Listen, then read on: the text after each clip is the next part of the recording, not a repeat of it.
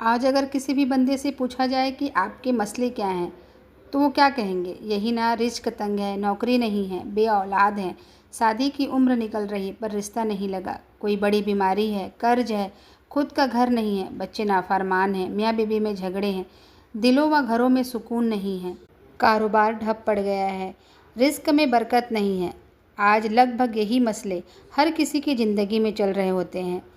कोई तो ऐसे भी मिलेंगे जो ये कहेंगे मैं तो नमाज भी पढ़ती हूँ, दुआ भी मांगते हैं, दुआ मांगते मांगते थक चुके हैं पर अल्लाह हमसे नाराज़ है, हमारी सुनता ही नहीं। मैं आपको एक वाक़या सुनाती हूँ। बिस्मिल्लाहिर्रहमानिर्रहीम अस्सलाम वालेकुम। मैं आपकी बहन शरत फ़ातिमा से आपके लिए ऐसी अमल लाई हूँ जो मसले कोई भी हों लेकिन उसका इलाज एक ही है और वो है इस्तग़फ़ार। ये ब्लॉग शुरू हो रहा है लंच से और मैं लंच में आज बना रही हूँ आलू परवल की सब्ज़ी और मिक्स दाल। तो चलिए लंच बनाते बनाते डिस्कस करते हैं अपने एक इम्पॉर्टेंट टॉपिक पर। हम चाहे कैसे भी परेशानी में हो, अल्लाह इस्तग़फ़ार की तौफ़ीक से हमें हर परेशानी से बाहर निकाल देता है। एक ऐसी सच्ची वाक़या जिसे सुनकर मेरी इस्तग़फ़ार के ऊपर और ज़्यादा तवक्कल बढ़ गई और मुझे यकीन है आप भी जब इस वाक़या को सुनेंगे तो आप भी सोचने पर मजबूर हो जाएंगे। जब मैंने ये वाक़या सुना तो मेरे आँखों से आंसू निकल पड़े। ये वाक़या है कुछ दिन पहले जब मैं एक शादी में गई। वहाँ मेरी मुलाकात मेरी एक कज़न से हुई और जब उन्होंने मुझे अपनी सच्ची वाक़या सुनाया तो मैं सच में हैरान हो गई इस्तग़फ़ार के मौजज़े देखकर। उन्होंने बताया कि उनकी शादी के कुछ साल तो बहुत अच्छे बीते पर कुछ साल बाद उनके हस्बैंड ने अपनी एक कपड़े की शॉप डाली। उनका दुकान अच्छा चल रहा था पर एक फ्रेंड के साथ पार्टनरशिप में उन्होंने अपने बिजनेस को बढ़ाना चाहा। उन्होंने बैंक से 50 लाख का लोन लिया। पैसा देखकर फ्रेंड्स का नियत बदल गया। वो पैसा लेकर भाग गया और चेक में कुछ प्रॉब्लम आने की वजह से उसके हस्बैंड को 420 के केस में पुलिस ने गिरफ्तार कर लिया। ये सदमा उनके वालिद सहन नहीं कर पाए और वो भी इंतकाल कर गए। इधर बीबी और 2 बच्चों के साथ कैसे अकेली रहती, वो भी अपने बच्चों के साथ अपने मायके चली आई। उनका सब कुछ बर्बाद हो गया, बिजनेस खत्म, इज्जत खत्म, ऊपर से 50 लाख का उधार उनके सर पर आ गया। अब उनके जीने की सारी उम्मीद खत्म हो गई। वकील ने भी कहा 4 से 5 साल तो लग ही जाएंगे। उन्हें कुछ रास्ता समझ नहीं आ रहा था, क्या किया जाए। हर रास्ता बंद नज़र आ रहा था। उन्होंने हर किसी से मदद मांगी पर हर जगह से मायूसी ही मिली। इधर मेरी कज़न का रो रो के बुरा हाल, उसका तबीयत धीरे धीरे बिगड़ता जा रहा था। ऐसे ही कुछ महीने बीते। कुछ महीने बाद उनके घर उनकी मम्मी की सहेली जो अक्सर उनके घर आया करती थी, उसने उनके बारे में सुना तो उससे मिलने उनके घर आई। उन्होंने उससे कहा बेटा तुम दिन में कितनी बार इस्तग़फ़ार करती हो? उसने कहा मैं नमाज, तहज्जुद, हर चीज़ से दुआ मांगकर थक गई हूँ पर लगता है अल्लाह हमसे नाराज़ है, वो सुनता ही नहीं। उन्होंने कहा बेटा कभी कभी हम वो नहीं करते जो अल्लाह को पसंद है। उन्होंने कहा जब हम इस्तग़फ़ार करते हैं, सच्चे दिल से गुनाहों की माफ़ी मांगते हैं तो अल्लाह हमारी सारी परेशानी को हल कर देता है। इस्तग़फ़ार हर मसले का हल है। ये बातें सुनकर उसके आंसू बहने लगे।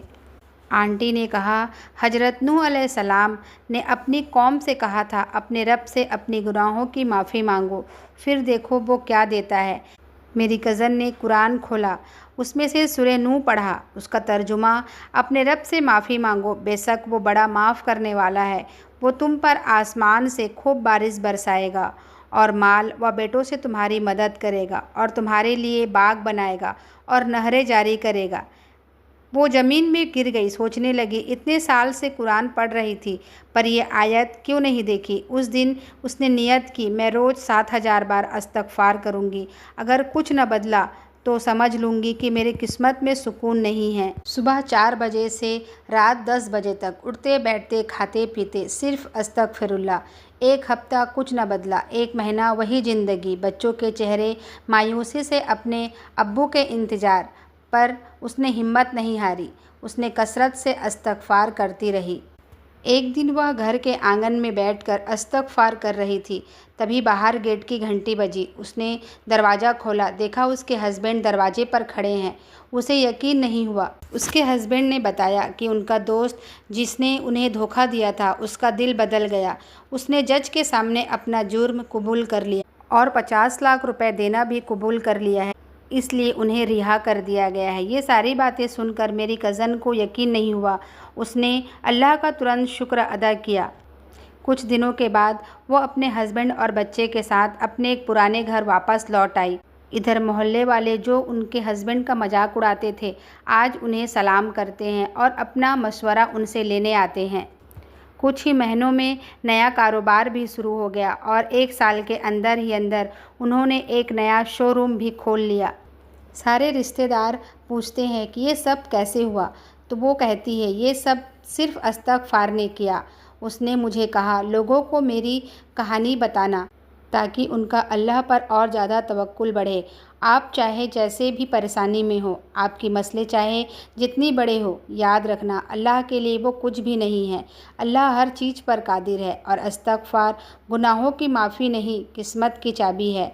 अगर आपकी भी ज़िंदगी रुकी हुई है, कर्ज, बीमारी, बेऔलादी, रिज़्क़ की तंगी, बेरोज़गारी, चाहे जैसे भी मसले हों, तो बस अस्तग़फ़िरुल्लाह दिल से रो रो कर सच्चे नियत और यकीन के साथ दिन में 1000 बार करके देखो। इंशाअल्लाह आपकी सारी परेशानी, सारे मसले हल हो जाएंगे।